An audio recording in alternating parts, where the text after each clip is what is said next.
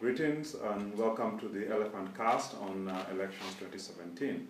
My name is Patrick Gadara and I'm a curator for the Elephant.info publication. With me today is Dr. Noah Akala and Dr. Nyangasi Oduwo, who are both representing NASA in the various audits that were ordered by the Supreme Court of Kenya. And they will help us essentially understand what the NASA case was and what the issues that they pointed out or they found out from the audits that were there, that were carried out to do with the election. So let's get into it. Yes. Dr. Akala, perhaps we could start with you, and you could let our readers understand what basically was the NASA case about this election. Okay. When we went to the Supreme Court, we put it to the judges that the general elections 2017, especially the presidential election, was not conducted in a manner pursuant to the Constitution of the Republic and pursuant to the Election Amendment Laws 2016 that guide certain aspects of the election, which is why in his eventual ruling, the Chief Justice stated that an election is not an event, right. It's a process. So how did we get here? I'll take you back to the 2007 debacle. Following the Kriegler inquiry into the misdeeds of the election, recommendations were made to adopt ICT in the conduct of elections towards a free, fair, credible, and most importantly, verifiable electoral process. Meaning that if you count votes today, you should be able to count and get the same outcome next week, next month, 10 years from now. Right. That's what verifiable means. So fast forward from 2007 to 2010, during the referendum process when ICT was first piloted, where they did a sample biometric voter registration exercise. Remember, that's when they first introduced the whole issue of biometrics. And a sample electronic voter identification when people actually went to cast their ballot on the day of the referendum. Take it further to 2012. Now when we were preparing for the 2013 general election, it was stated that this use of ICT would be standardized across the nation. Unfortunately, in that election, whether it was by design or through incompetence, we firmly believe that it was by design, ICT failed dramatically. Right. The EVID kits did not work on election day. The excuse given was that some were not charged, users did not have appropriate time to be trained on the use of the kits, and so on and so forth. We felt that this compromised the quality of the election then. Right. However, the Supreme Court that had the petition in 2013 was more focused on whether we could demonstrate new numbers, right, as opposed to how was the process conducted. And you never really got to present the meat of your case? Because the 900-page affidavit was knocked out. Right. Take it forward to 2017. As we were approaching, we asked ourselves, following the negative experiences in 2013, does it make sense for Kenyans to go into another election where the same old bad practices are just run over and over again? So we started thinking critically about the process of elections, and this is what inspired the Okoa Kenya movement. Right. You remember one of the articles in that bill, the proposed Okoa Kenya bill, captured the reform of the IEBC. Right. Now, some people may say that it was naive of us to expect the then IEBC, chaired by Issa Kassan, to preside over its own death. Right. So we presented 1.6 million signatures collected from across the country. Right, and they knocked out a bunch of them. And they only accepted 800,000, saying that the rest were invalid. Right. And that's what led to the agitation that saw street demos in Nairobi, Kakamega, Mombasa, Narok, and other parts of the country. If I may stop you there, just to ask. The agitation that you speak about in 2016 was really about reforming the IEBC. Yes. Did that include reform of the electoral system, or are you identifying IEBC? Oh, the Okoa Kenya proposed amendment bill had a whole raft of proposed changes, which actually came to see the light of day through the Election Amendment Laws 2016. Right. So if I could just go back a bit, through that agitation, we got the commissioners out and paved way for the formation of a bipartisan committee to discuss about how elections will be conducted in Kenya. Right. It had representation from NAS CORD at that point in time and Jubilee. And they were supported by technical teams and consultants brought by Bunge. Right. And that's what gave birth to the election laws. And the election laws were controversially amended through the tyranny of numbers, but still maintained a large part of their integrity. Right. The election laws are given functionality through something called the regulations. Right. These are IEBC regulations. Regulations that guide the conduct of elections. And Section 10 of those regulations, available on the Kenya Law Reports, guides the use of ICT in elections. Because in 2017, ICT is a fundamental part of how elections are conducted. Now, which brings us to where we are today. Right. The IEBC did not conduct elections in compliance with Section 10 of the regulations. Right. Why do I say this? After the 8th, during that 4-5 day window prior to the declaration of results, Kenyans were treated to this mockery of the electoral process where there was a projection on a screen in the Bomas of Kenya and in various county tally centers across the country. And they were told, these are the election results. Something that was later disowned by the own commission that said those were not results, those were statistics. And their own lawyer, Nyamodi, in the Supreme Court said, my client calls them statistics, I call it data. Right. So the judges were asking, what were these things? And actually now that's the question that all Kenyans must begin to ask themselves. What was being beamed in the Bomas of Kenya on that projection?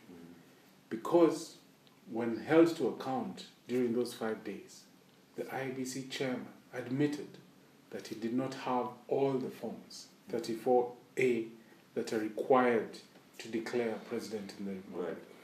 So where were these results coming from?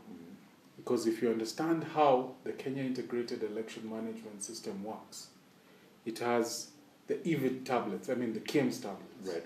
You remember that thing where you put your finger, on. it recognizes you, Right. You get to vote. Later on, after counting and tallying, the elections officer, the presiding officer, is supposed to scan an image of the form, enter the results digitally, and then transmit them simultaneously to the National Tally Center and the Constituency Tally Center. You will recall in Maina Kiai versus IEBC 2016, the Court of Appeal ruled that results at polling station are final and are not subject to any amendment. Right. So, when we went to court, the crux of our case was based on two things. That the IEBC declared a president without results, without actual forms. Without the forms. So we asked the court to grant us orders for scrutiny. Scrutiny of the forms, which Dr. Nyangasi is going to cover. Right. And scrutiny of the IEBC sub, which I'm going to discuss later on. Okay, just before we get there, just to get the background for that discussion. Yes. Just take us through how the system was meant to work. According to the laws that you cited, my understanding is that specifies that results from polling stations are to be transmitted electronically. Yes. Both to the constituency center and the national center. The IEBC argues that they have discretion with regard to the complementary mechanism, which is the manual transmission of forms. And, no. When we're, you correct me if I'm wrong. For sure. Yeah, but so if you might just articulate what was actually meant to happen when they scan the forms and they are sent, is it the scanned form that matters, or is it the physical form that is thereafter delivered to constituency centers? In a transparent election, the two should not be different. Yeah. Yes. The scanned form and the form that follows to the constituency and then later on to the national tally center are meant to be one and the same. And part of the reason why there was a secondary fail-safe, which was the digital entry of results, is to ensure that the results on the scanned form tally with this one. So already if there's a discrepancy, you know that there's an issue to be resolved. And that is what provided for. That is what the physical forms provide for the eventuality that there's a discrepancy. Right. So the process was that you scan the image, you transmit it. A form is meant to be posted outside the polling station, posted on top of the ballot box, a copy given to each of the political party or candidate representatives, and the presiding officer to follow that form to his constituency. Right. Yeah, that was the prescribed format. Right. And complementary, for your information, does not mean manual, and it's not prescribed in that way in the Act. It just says complementary. Right. So the complementary system, you'll recall, is that if each of your digits were failed to be recognized, you produce your ID, new generation ID. Remember, the old generation IDs were phased out. Right. That new generation ID has a barcode, and you'll recall that they would swipe it, and it would recognize this as Patrick Kadara, registered voter, such and such a polling station, and so on and so on. That was the complementary. But they also had a register, a printed register with their image, where if you're recognized and the presiding officer identifies you in concurrence with the image, in the presence of the political party agents there, you then have to fill a form that is signed by the agents, and you're permitted to vote. Yeah, that deals with who gets to vote. Yes. The big issue was transmission of results, and that's where my question is. When you transmit results, the reason we had problems in 2007 and again in 2013 is that people taking forms from one location to another, those forms either disappear or they turn up, they've got whiteout on them, they've been changed and stuff like this. Right. And the reason why we specified, the Act specified that they are to be transmitted electronically is to avoid that. And that's why I go back to my understanding that we shouldn't really have been looking at physical forms, but at electronic forms. Perhaps you could deal with that. There's one ruling, sorry, before you get into that was made by the Supreme Court regarding that issue of what do you deal with. Right. And the ruling stated that in the event that there is a dispute in that form, it is only subject to change or scrutiny by a court of law. Right. So that result stands suspended or in abeyance, pending a decision of a court of law. Right. If there is a dispute. If there is a dispute. Yeah. And it's important to remember that the intention of all these fails is where if you keyed in a result, you'd have to send a scanned image. Right. If you sent a scanned image, you'd have to come and physically deliver the same form physically.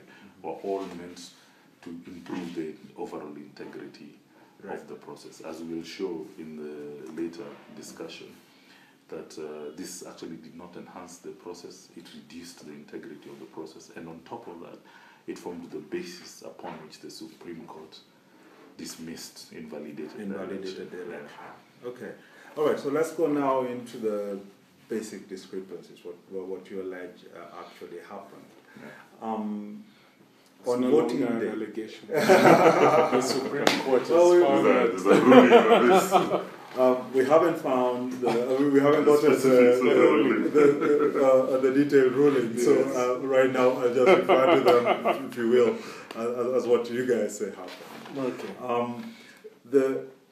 After polling days, our understanding is again there was not major problems at the polling on polling day. True. People voted, votes were counted, and then came transmission. So what then happened at the transmission stage? The story behind the transmission lies in the IABC server logs, which is why those who have been found to be culpable, i.e. the institution that is IABC, are so adamant that they will not allow access to those logs. The Supreme Court granted us read-only rights with permission to copy. Right. When we went to Anniversary Towers to execute that order, there were 2 independent consultants appointed by the judiciary. There were representatives of our counterparts in Jubilee, and there was the ICT director for IABC, James Mohati. They refused to comply with a large number of the provisions of the court order, despite the urging of the judiciary officers, and this is noted in the report that they submitted to the Supreme Court. But they did grant us partial access to the IABC server. Right. And that's where a very long story begins. Well, let's hear it. The server, be summarized. Yes. I wish I could demonstrate it to you on my phone, because I have copies of. Well, we'll probably get it and fine. film it later, right? The server demonstrates rogue users, and by rogue users I mean people not permitted to access the server. The server has a network, an IABC network, exclusive to that server, and all users bear p.gadara@iabc.or.k. Right. The logs demonstrate dkchirchir@gmail.com accessing this server. This is not what I am saying. These are IABC's own documents. Right. We did not change them, and this was done in the presence of a judiciary officer. Who was independent, accessing prior to the election day. We saw 3,583 attempts by various rogue users to access the server prior to this. And immediately after this user ID, dkchirchir@gmail access, the floodgates opened. And people were now able to do things that the user policy of the IABC did not permit. Right. The user policy has 3 categories of users. National, ideally that's w.chebukati@iabc.org.k, who is meant to have only read-only rights. Right. Because results are final. Yeah, you can't change them. You can't change them. Right. Read-only. Constituency, the same. Right. Results are final at polling station. Right. So you just collate. And polling station has a read and edit. Right. Because they get to upload results onto the server. Right. The user w.chebukati@iabc.or.ke deleted over 9,000 forms 34A from the server. The policy does not permit for deletion of forms. Right. Amongst various other amendments that were conducted, including renaming of files, in Bureti constituency, that user, w.chebukati@iabc, retrieved the form 34B, uploaded, deleted, uploaded, deleted, a total of 6 times. 6 times. Every time the observer result that is not favorable, a deletion a delete command is run, and another form is uploaded. And he'll get into the story of the forms. Right. In Jomvu constituency, W. Chebukati, who is meant to have only read-only rights, was uploading the form in Jomvu constituency in Mombasa. In Bomet County, a constituency election coordinator, username V. Kimilel @iabc.or.ke, was given admin rights on the IABC server, the entire server, and introduced an application onto the server. You remember the infamous Pythagoras theorem? Oh, the algorithm. We can show you where it was put in and when. Okay, we'll get And into the algorithm in detail a bit later. But right now, I just want an overview.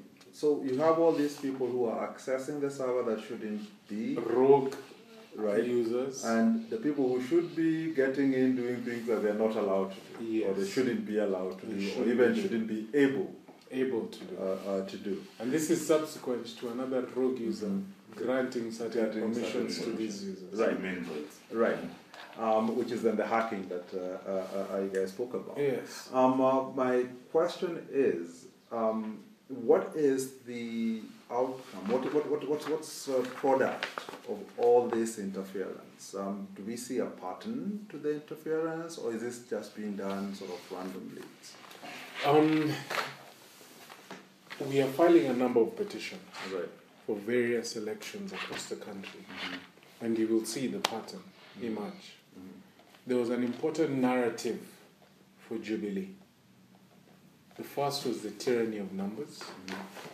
The second was penetration into NASA strongholds to get the infamous 30%, 40%. And to be able to demonstrate this, certain counties were vital. It was also important for them to demonstrate that NASA had made no inroads in Jubilee strongholds like Bomet. Right. So Meru and Kericho and Elgeyo Marakwet. So you will see the narrative of having flipped Northeastern. Garissa governor, Natif Jama's election was fiddled with. Wajir governor, Ahmed Mohammed's election was fiddled with. Mandera aspirant Hassan Noor of the Economic Freedom Party, his election was fiddled with. Governor Godana Doyo of Isiolo County, his election was fiddled with. In Narok County, where we won the presidential vote overwhelmingly, our candidate Patrick Ntutu of CCM, his victory was fiddled with. In Kajiado County, where we won presidential overwhelmingly, our gubernatorial candidate David Olenkerianye, who was polling at 67% prior to the election. Right. His election was fiddled with, and I'll show you the anomalies in each of these areas. Right. In Lamu County, the same thing. In Nyamira and Kisii, which was flipped. as the MP seats, Right. you will see the anomalies, the deletion of forms, the uploading of alternative forms. It was a widespread, systematic concept in Machakos County, where the total votes cast for governor exceeded those of all other positions by a very interesting number. Right. And you remember Justice Philomena Mwilu asking, when you're given 6 ballot papers What and you happens walk to the into other 5? and you vote, Right. what do you do with the rest? And the server logs show something even more interesting. 86 polling stations where, let's say, the registered voters are 300. People vote for the position of president, people vote for the position of senator, of women rep, of MP, but for the position of governor, the server logs show 0.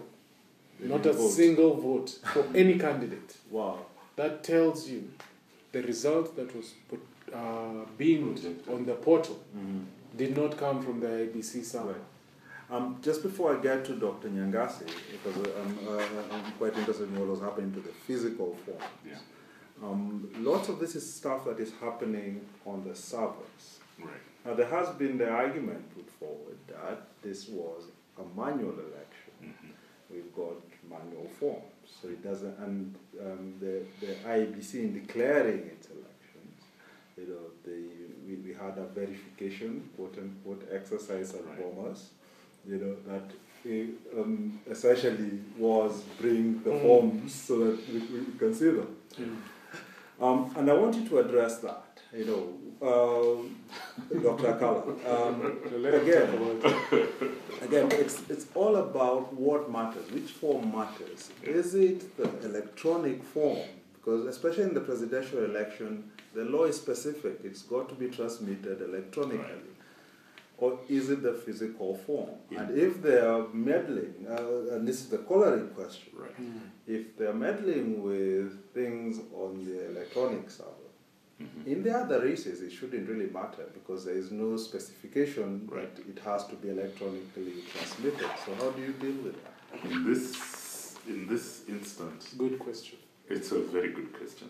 In this instance, actually, what happened with the three mechanisms where you're supposed to key in the result and you're supposed to send an image of the result and you're supposed to deal with the physical of the form. What happened, it ended up in a huge revelation about the exercise. Now, our friends on the other side had no plan beyond projecting an image on a screen. Right. And that's where the problem started. This is the IBC. Yeah. Oh. One and the same. Jubilee/IBC. Right. And one and the same thing. And just to make it a bit more interesting for you, is that IBC at Bomas of Kenya did not have the capacity for verification. It was a 3-man desk over there of someone called Marjan, someone called Mwangi, I think, and a third person. There are some commissioners there. These people were not going to verify 40,000 forms, 883, and they weren't going to verify 290 Form 34Bs. Now, the most interesting story of this, before we get to, I'll give you a bit of a chronology. Even the Form 34C that was used to declare a presidential result has got problems. Not only our entire constituency is missing, like Nyando, but the tallies within the form itself have a problem. And this is not what I say, this is the result of a court-appointed scrutiny. Right. This shows you how careless the entire process was, that it came to the point where even the presidential form has an issue.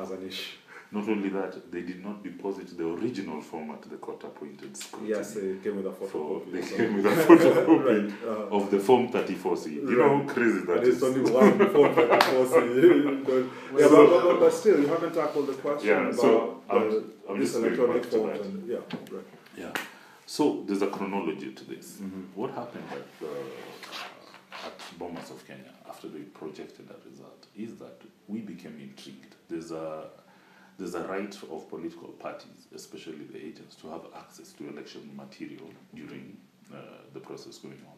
So there was a formal inquiry for, can you supply, especially when the result was projected, can you supply us with the supporting documentation that allows you to project that result? Because we all know that if you key in a result, then you should have the supporting form because they came at the same time. Right. Now, there was a huge problem with access because by the time they got into about 8 million votes, they'd only availed 6,000 forms. 6,000 images. 6,000 images of Form 34As. By the day we're moving towards the declaration, they supplied us with an extra 3,000 forms. So you have 9,000. So we have 9,000 forms of Form 34As. Right. Of Form 34Bs, we had access to only 77 Form 34Bs. Wow. And this is really important because as we move on, I'll tell you the story of the different generations of forms. Right. And the different edits in the forms as we move forward. Right. He's been very clear in telling you how a user, W. Chebukati, uploaded and downloaded 9,000 times. I'm not sure that's humanly possible. But the story of those edits is from different IP addresses across the country. From different IP addresses. And with that, the uploading, downloading, this digital images is uploading. Yeah. So are they new scans of different forms, or are they editing the forms that are already online? Now, the initial batch of forms, the 6,000 they gave us, seems to have been authentic. They seem to have come from the initial, well, most of them seem to have, and they seem to have had traditional clerical errors. A lot.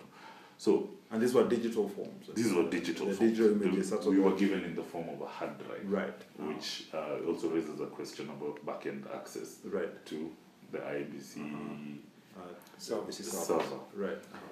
Then, as they moved toward the declaration, there was an engagement by our agents because we were asking, you've given us 9,000 forms and 77 Form 34Bs. And we hear you're about to declare president. How are you declaring a president? What is the basis of that declaration? Can you avail us to us the forms that were veiled. Right. I want to show you an example of the initial Form 34 pages that were veiled so that you see the differences. In the Right. This is an authentic Form 34B that was brought to Bomas. Right. I don't know. Yeah, you can just show you yours. You can see. Important features. You can see here the two issues: the Right. security features and the accountability Uh-huh. features. The security features include the IBC logo. They include a serial number. You can see here, like this is Bahati Nakuru. It has got PRO 32174-1. It's actually the constituency, county code, and all that. Right. Barcode. They have the barcode over here. Right. It's actually Unique to the unique to the constituency. Right. If you read the barcode reader, it should give you the constituency. Right. And it had watermark. watermark. If you put it under UV light, it will show you the IBC watermark. It's even right, IBC 2017. Right. Now, some of the accountability features were, when you came to Bomas, for instance, the form would be received by the people at the desk. They would be received by, you can see this gentleman, Marjan Hussein, Right. Samuel Mwangi. For instance, let me open a good page, sorry. For instance, there would be, you can see here Marjan Hussein. Well, this one's changed, Meshach Korea and Suleiman Bag. Right. And this gentleman would sit at the desk there and receive your form. And on top of that, they would give it a code, like you can see here, IBC NTC 250. Right. And that would be an official received form. Now, Yeah. how they would handle Just before you move on from that, when this person is getting this form, is essentially it's a printout of an image? No, Because it's not the form being delivered from the... There's the original form being constituency. delivered from the constituency. This is not a printout. So that again brings me back to my question. Why are we delivering physical forms when the Act says I'll electronic explain to transmission? you what happened, because there's a chronology. Right. Because of queries Right. raised by There's a the dispute. opposition and there's a dispute. Right. We said that, we said, hold on, you say you're about to announce a president. You say that you have 2 forms left, and before you announce a president, but where are the forms? Right. So Chebukati, in his response to try and answer that question, said that, okay, I'm giving you my assurance, I will not declare a president until I have the physical 290 forms. Right. Yeah. Which raises a question where I mean that doesn't seem to be allowed for. The Now, delivery of Can this I physical explain form. something? Yeah. Sure. You know, when you mentioned that we'd received images, there was one thing that you didn't clarify. The commission gave us 6,000 images. We had a team of about 100 people, full-time staff working 24 hours a day, whose job was to sift through this information. Right. We gave it to them.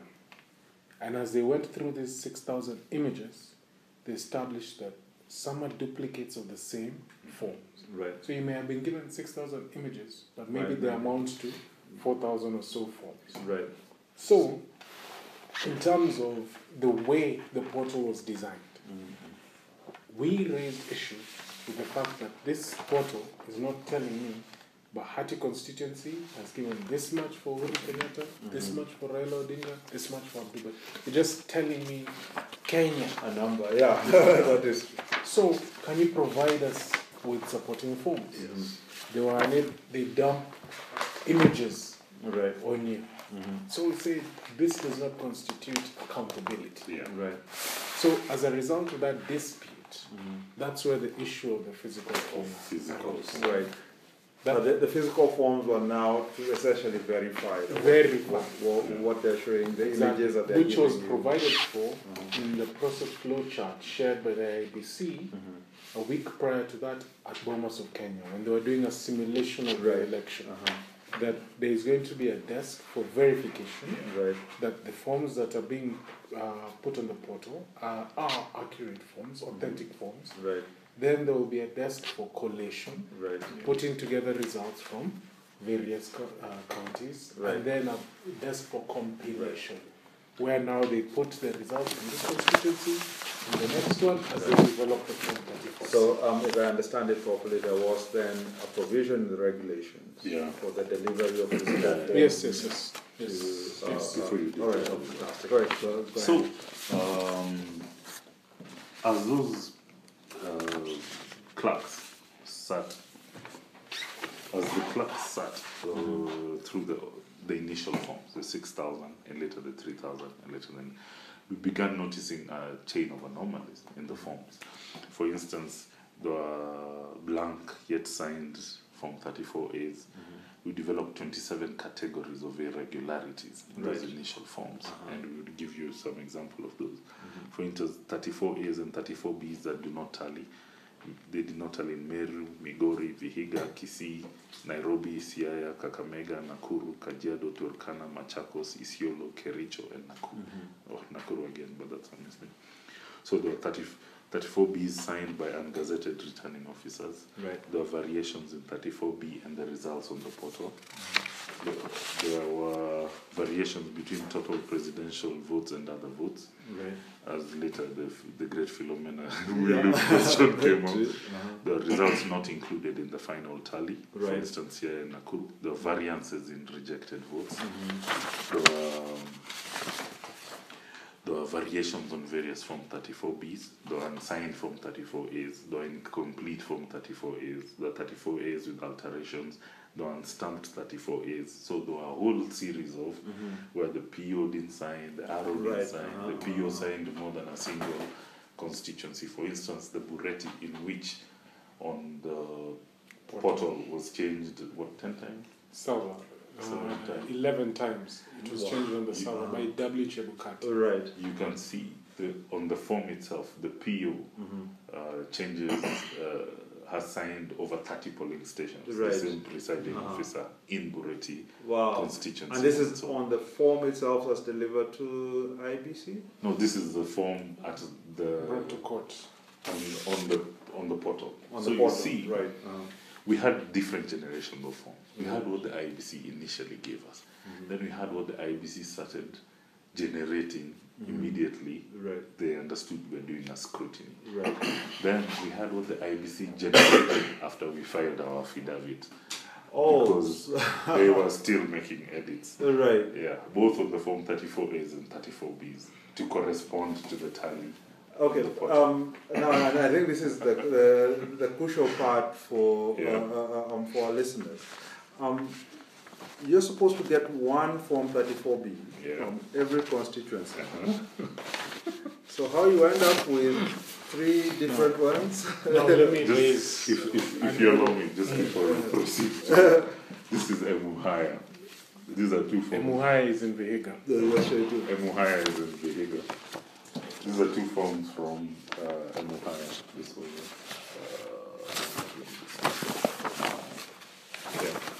These are 2 of the same forms from the IEBC. Right. Not from anybody else. Right. From Emuhaya. This is the new Emuhaya form deposited by the IEBC to the Supreme Court. You can see how it is. You can see the layout. You can see the barcodes and everything. Right. And you can see the tally. This is the same Emuhaya. Again, given by the IEBC to the petitioners' agents. Wow. Okay, so this is now a different form. This is Form 34B landscape and for the exact same constituency. And keep in mind, the format of forms is provided for the Elections Act. Right. It's not discretionary. So these are 2 different forms. This they gave to the agents after at the constituency center, and then they turned up at the Supreme Court. This one. No, that's another story. So, just to finish this generations of those, there was the form that they gave to the agent. Then there was the form that was in the portal. Then there was the form that they deposited on a hard drive to the IBC. And then there was the form that they delivered for the scrutiny. All of them different. So which one did they use? Let me explain something very important for you. You know, you'll recall that we had raised issue prior to the election about the printing of election materials. Right. Election materials extends beyond just ballot papers. It goes into these forms, Right. which are prescribed in law. We said that we have questions regarding the relationship between one of the candidates, which is the Jubilee presidential candidate, and this company called Algorand. So Algorand went to great lengths to ensure the integrity of the form printing process, election material process. That's why they put so many security features and so on and so forth. Now, there's a fixed number of ballot papers produced for each polling station. Right.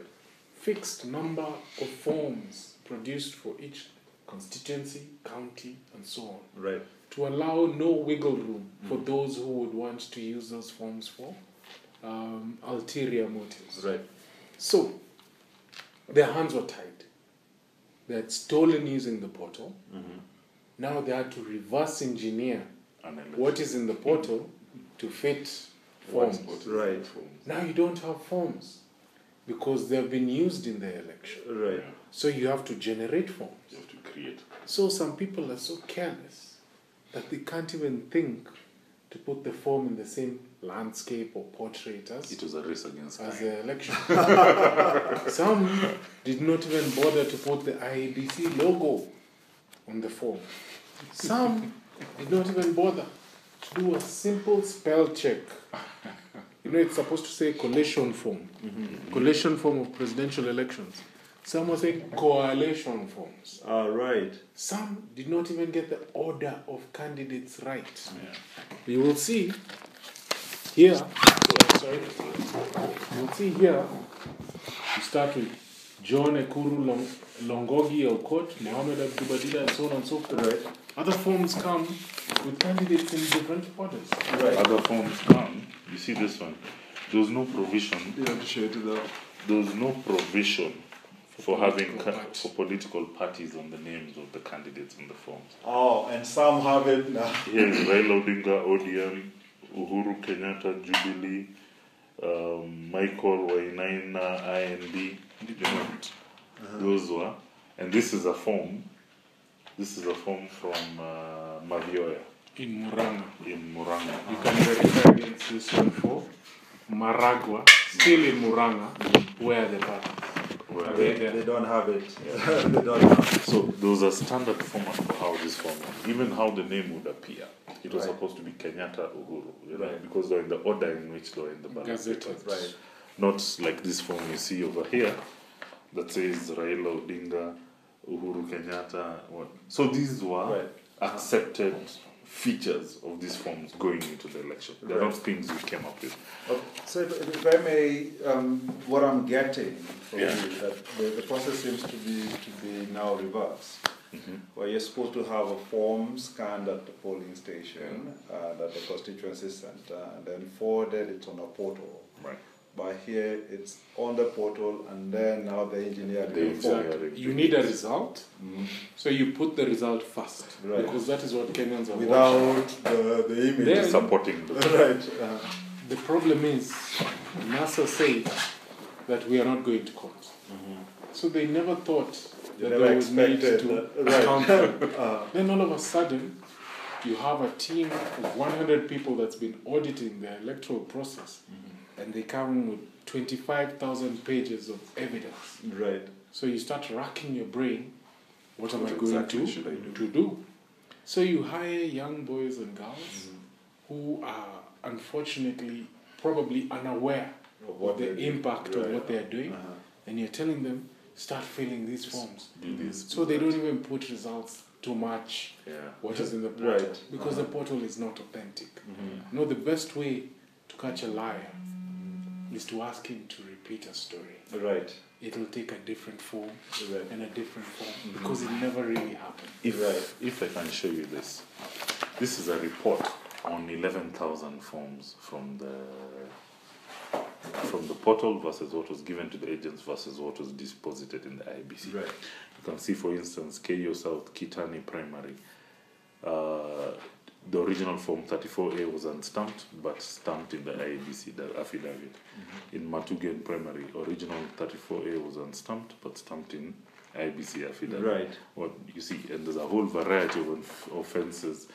Cherangani, or where initial votes did not tally, now they tally. Initial form was unsigned, now it is signed. Initial form. So there's a whole back.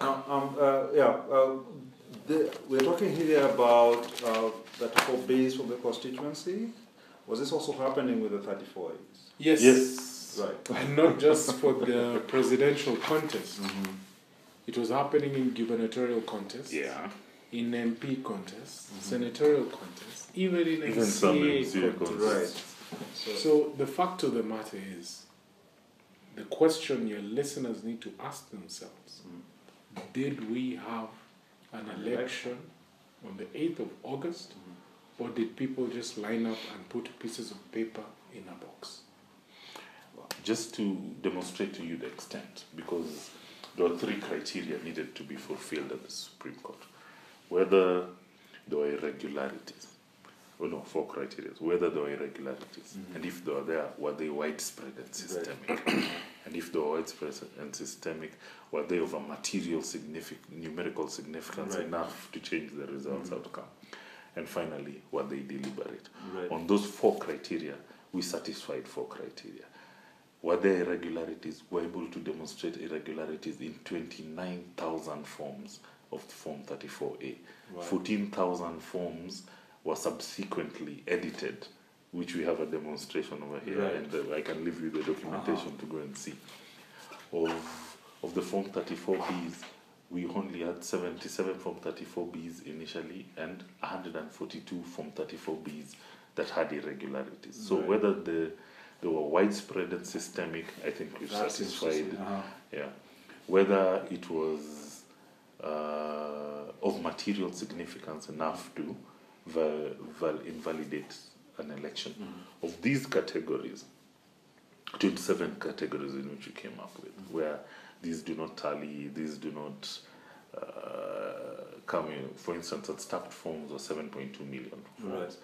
Affect 7.2 million votes. Sorry, not 7.2 million forms. Unsigned forms affected 3.6 million votes. Unstamped. Irregular tallies affected 1.6 million votes. So it was widespread and didn't have a material effect in votes. I even want to show you a single one right now. Ungazetted returning officers signing forms. This is in Wundanyi, Mandera East, Isiolo North, Mbere North, Kitui South, Yatta, Sigor, Turbo, Ainaboi, and Kajiado West. It amounts to a total 594,476 votes. Wow. You are not allowed to sign the form. Okay. Yet you've signed the form. You're an ungazetted arrow. Who are you? You see the form. You'd also spoken of ungazetted polling stations. Yeah, I have a whole report on that. That's results coming from fictitious. How many were this? There were like 11,000 or something like that? No. Ungazetted polling stations. How many ungazetted polling stations? For what out of the 29,000 we did, we found 743. 743 ungazetted polling stations. Right, okay. Totaling about 800,000 votes, affecting about 800,000 votes. Yeah. So already that wipes away your margin. Your lead. Your lead. That is true. On other irregularities like Form 34Bs that do not have security features. Now, in fact, let me bring you to the Supreme Court scrutiny, which was the final process, because the Supreme Court scrutiny had mandated in the presence of the Registrar of the Supreme Court all the parties to go through that, and we went through 290 forms. Right. Within those, 77 of them did not have security features. They did not have watermarking. Mtu amejiandikia form nyumbani kwake. Yeah. Just to emphasize that, there was a judge who said, smoking Wanjala, because Paul Mwite said that the security features were not provided in law. Right. So, Justice Smoking Wanjala asked him a simple question. Then why do some forms have them and others don't? Yeah.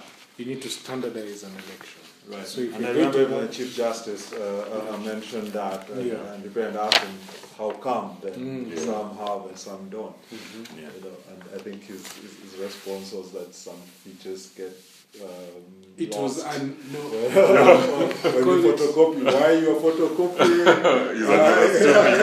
He says it's an abundance of caution.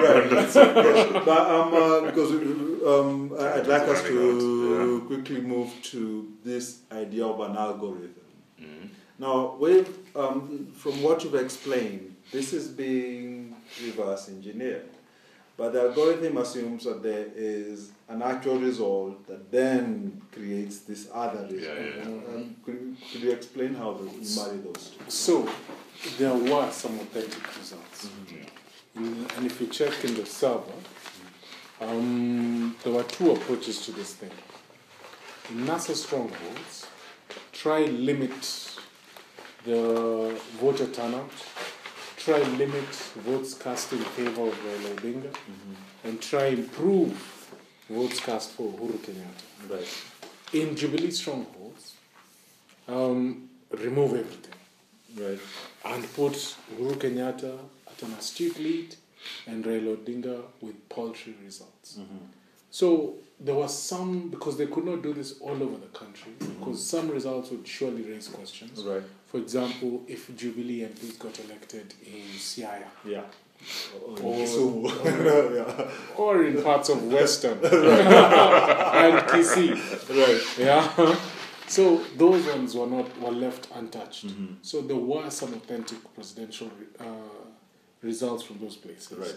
And then the algorithm came to play in other places, such as Bomet, such as Kajiado, such as Garissa, such as Wajir. In fact, in Balambala constituency, in Wajir County, voter turnout was 120%.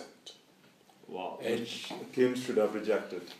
should have. It Right. tells you the results did not come from the King's From the tablet, King's tablet. because it's programmed to reject. Right. So that's why there's a bit of a disparity between, you mentioned the 200,000 figure, Right. between what the algorithm was yielding and what was actually showing on the portal. Right. Like I've repeatedly said, the answer to this election lies in the server. Yeah, I think I need to explain the 200,000 figure because Okay. we weren't filming at the time. In essence, if you look at the final results, that's how the final result was announced by the IEBC, and that's currently on the IEBC server. If you use the algorithm on that, you end up with 200,000 more votes than the IEBC actually announced. And what he's explaining is that this wasn't done uniformly. Yes. So it wasn't all results that then generated. It's just certain specific places To fit into a narrative. that then included it. But then how do you account for this constant line that Just you had? It wasn't if being done everywhere. if I can speak about the algorithm and The just to 11%. tell what's his name? It wasn't a linear equation. It was a regression analysis. Right. And the reason, maybe you argue that there were 200,000 extra votes at different interventions. It is important to remember there was supposed to be no back-end intervention in this entire system at all. Right. Yeah, we're talking about 26,000 different occasions on the server logs where 26,000 People are doing things. Right. people are doing things. And on top of this, there's introduction of applications, usually which usually means introduction of some edit to what the product, the outcome is supposed to be. So at various intervals, those that in an entirely clean election, they should be able to provide the server logs, and you'll see the KIMS kits, and you'll see the entries and where they're coming from and which part of the country they're coming from. Right. And the result will be coherent, understandable, and make a lot of sense. The story of the server and the server logs is corroborated by the story in the forms. The edits are not imaginary, the edits are visible. Right. The edits are 9,000 edits that can be demonstrated. Right. It's not a guess, it's something that can be shown. The edits are different from their own forms deposited in the IEBC against the forms on the deposited for the scrutiny. Right. So the server logs, the edits, what all sum up to. I'm still not clear how we end up with a constant 11%. Now we've said that is basically it's a fake result. Yeah. Can I tell you another issue that we raised? When you say it's being generated from an algorithm that is being run on actual numbers, that's I think there's a bit of confusion. Then let me explain to you. That will be But there's also another answer which we raised with the Commission in one of the meetings where we were present as the NASA side, the Jubilee side was there. We were saying if results are coming randomly from across the country, then it needs to be progressive. 10 polling stations, 13, 17. There's no predicting how fast the results are coming.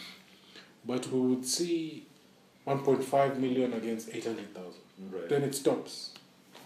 3 hours pass, 5 million against 3 million. Right. Then it stops.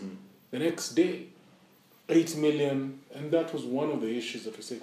You need to demonstrate the progression of this result. So that linear format was occurring at large time intervals. Right. It was not occurring progressively. So that's why we're saying the process was opaque. Right. And just to emphasize this, I was in the room when the Right Honourable Raila Odinga, in a sitting with the Commission, told them, open up this server. Let the diplomatic corps representation be present. Let representatives of my counterparts be present and my representatives are present. Even call the media if you want. If what you're beaming on that screen is what is in that server, I will concede immediately. Right here, right now. Now, and Senator Orengo, who was the deputy chief agent, repeated the same to the press, and it's on record. If you open the server and what they're beaming is what is there, Raila Odinga will concede immediately. Right. Why wouldn't they refused? Why Who would wouldn't they refuse take such that an offer? offer? Isn't that the best offer in the world? Who would refuse such an offer? I'm sure even right now it's still on the table. Who would refuse such an offer? Well, and even when we went to court, remember people were calling it a fishing expedition. Right. You remember? And with courage, we told them, open this server. You're right. To the world. Let the world see what is in there.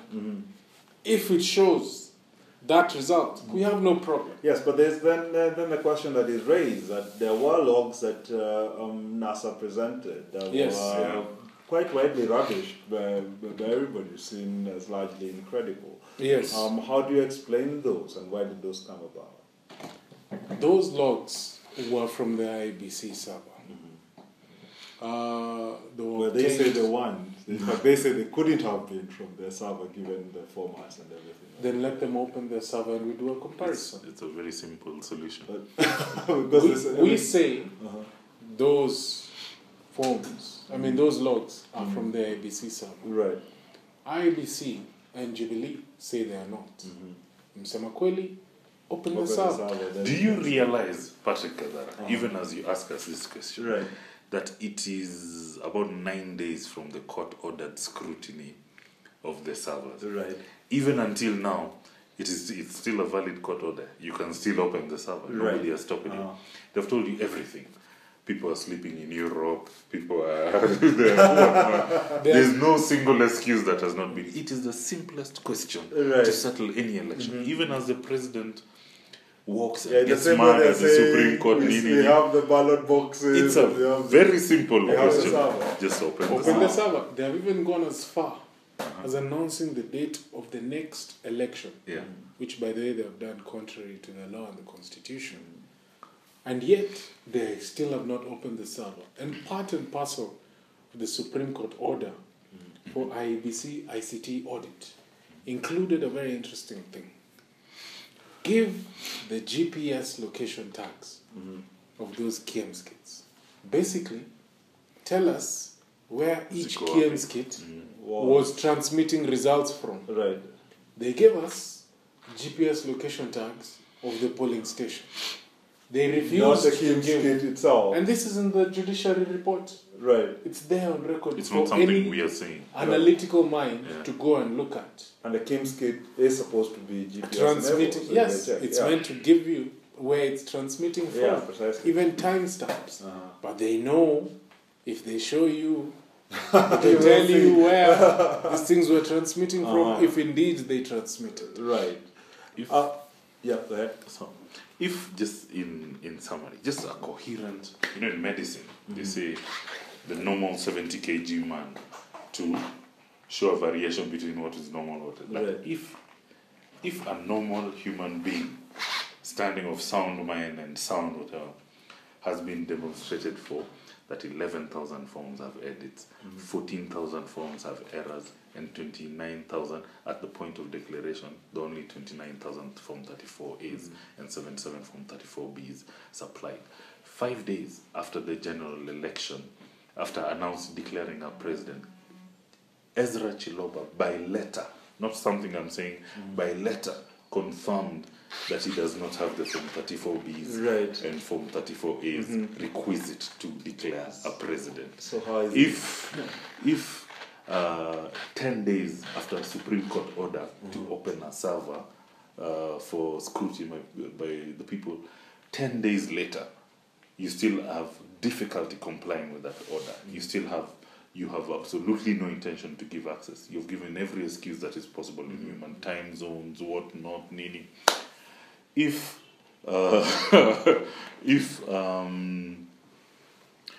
after surmising all that, and including things like 700 variation votes in presidential and or even though there's no mechanism on that, a person of sound mind, a rational human being of sound mind, must come to the conclusion that there was no election in the Republic of Kenya on the August 8th. What happened is that people queued up and cast their Pieces votes. of Because their paper votes, in but a their box. votes weren't really didn't really count in the end. If there is dispute to this, and we have looked for a neutral arbiter, that was the Supreme Court, and by court-appointed registrar, demonstrated errors in 4,500 Form 34As and 77 Form 34Bs that did not satisfy the standards of security standards and all this and numerical standards amounting to 53 votes. Even that information included, if that doesn't bring a person of rational That's just somebody who's conscience refusing to the same conclusion that there was either no election in Kenya or incompetent election in Kenya or a stolen election in Kenya. And then I don't know, I have nothing more to add. I have to ask this, because you had mentioned it before when we were chatting. You had said some of these transmissions were made even before the election. Yes. Yeah. 2 days Could you prior to explain the some of that? That username that I mentioned earlier was uploading results, and the server logs will show this. I'll share all this with you. 2 days prior to that. 2 days before the first person queued and voted.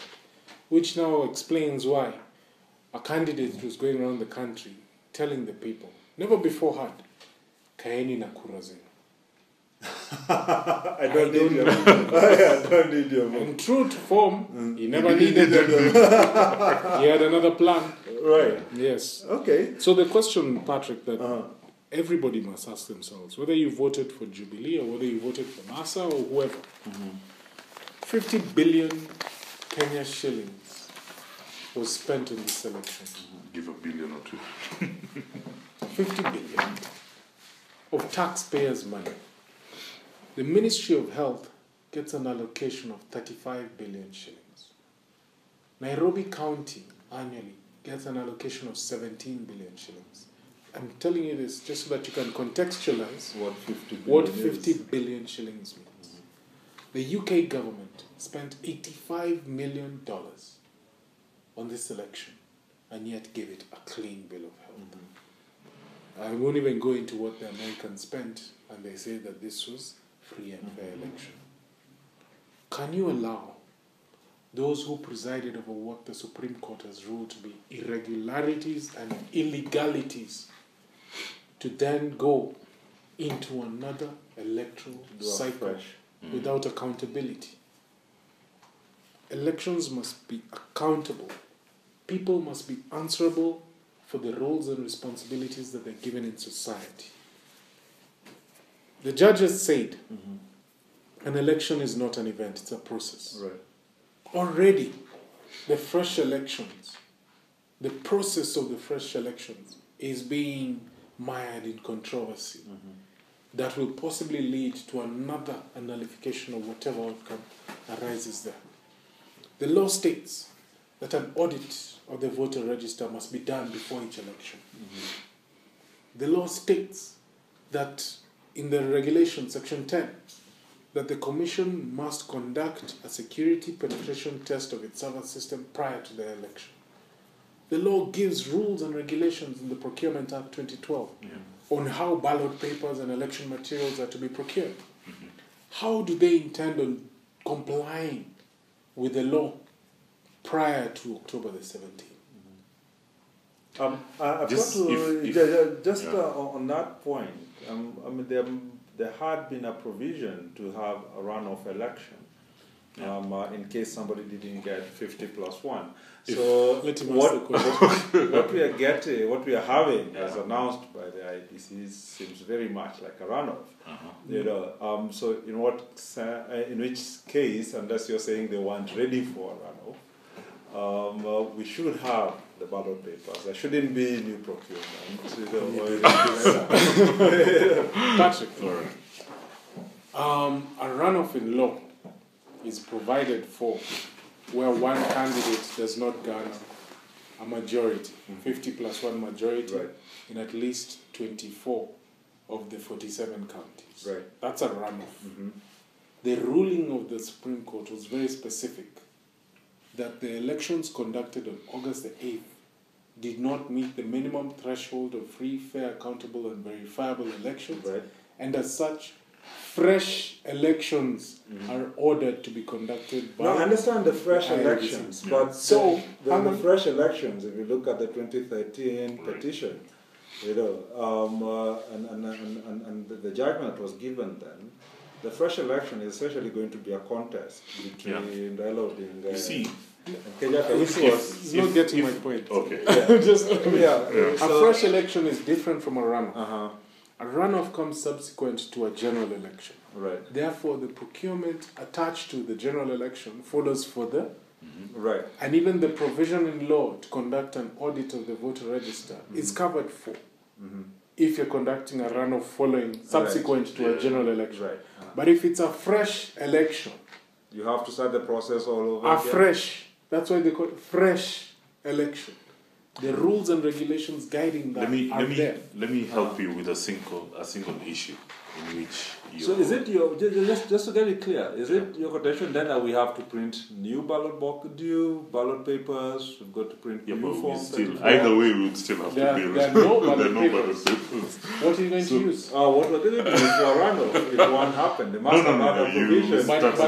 But that procurement would be covered under the procurement conducted for the Or it's not all procured at once, it will be procured again. Exactly. I'll give you a simple area.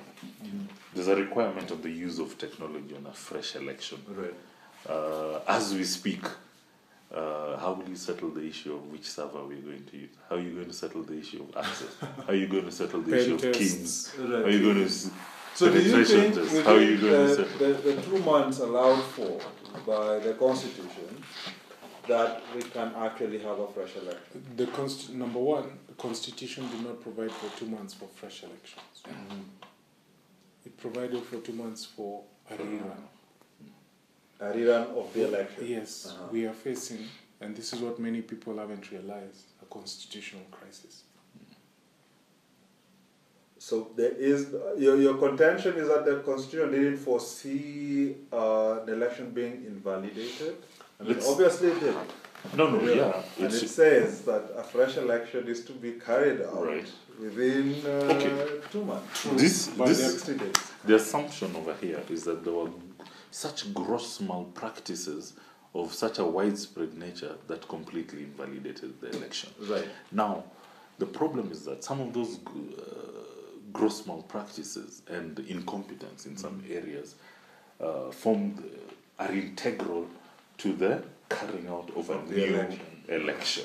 You see, like for instance, in technology, how will you deploy new technology in accordance with the Electoral Amendment Act and electoral work if you haven't settled these issues of access, algorithms, KIM servers? Right, and the rub of it, therefore, from your point of view, is that then we can't do it in the same. So already this qualifies as misconduct from the IBC, because even if it was a rerun, they'd still have to provide access to servers. No, and such I mean, if we take for granted that yes, they have misconduct and everything, the question is, are you understanding? Are you getting that point? So here's my issue.